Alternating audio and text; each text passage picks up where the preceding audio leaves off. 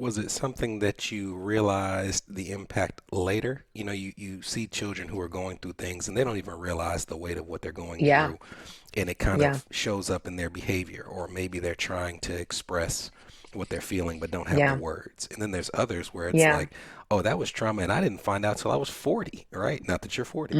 Hmm. uh, Okay, so I don't mind was it. it something that you were like, no, immediately when this change happened, Yeah. it hurt me from the jump? Or was it something that you were, as an adult, were starting to peel through? Yeah, well, to answer your question directly, totally as an adult, realizing all this trauma that was in my past.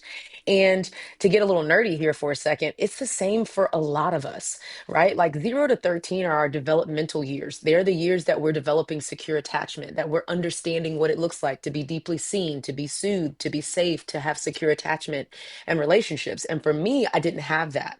But while we are also in those developmental years, we are much more resilient because shame hasn't entered our story in the same ways as it does when we're adults.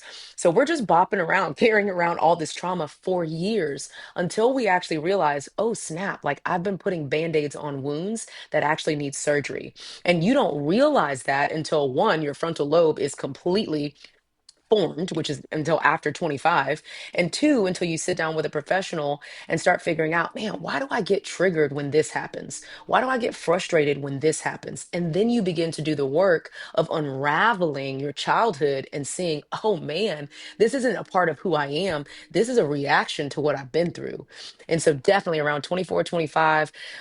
Got my first counselor, told all my business, started practicing what it looked like to be vulnerable and transparent and not live in a spiral of shame. And it changed me.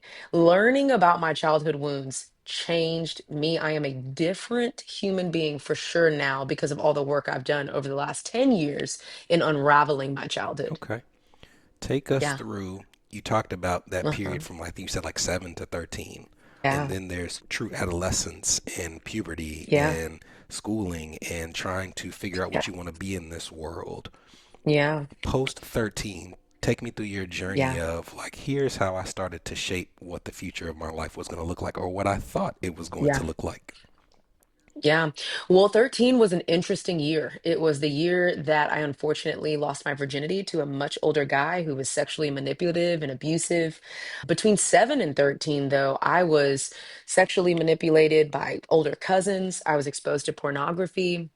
I started actually drinking alcohol at 13. I was exposed to weed, marijuana, all sorts of other drugs. And it was interesting because, again, there was just this division of my life, this divide of like captain of the cheerleading team when I was 13.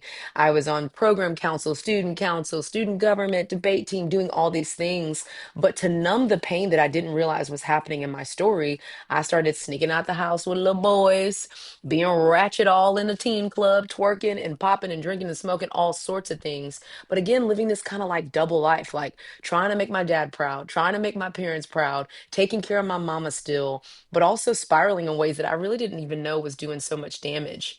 What's interesting is at 16, I decided that I was gone. I left my parents' house at 16. I actually did a dual credit program between 13 and 16. And so then I was able to graduate high school at just 16, put myself through college. And here I am as a 16-year-old in college making fully decisions I'm gonna tell you right now, okay? But also leading my own life because again, being a caregiver when you're so young, it ages you. And so my counselor now calls it parentification when you begin to parent your parent too early. And that's kind of what was happening in my story. So at 16, I was mature. I was living on my own. I had my little dorm. I was in school, and I was also partying and sleeping with everybody's son. So that's what was happening between then.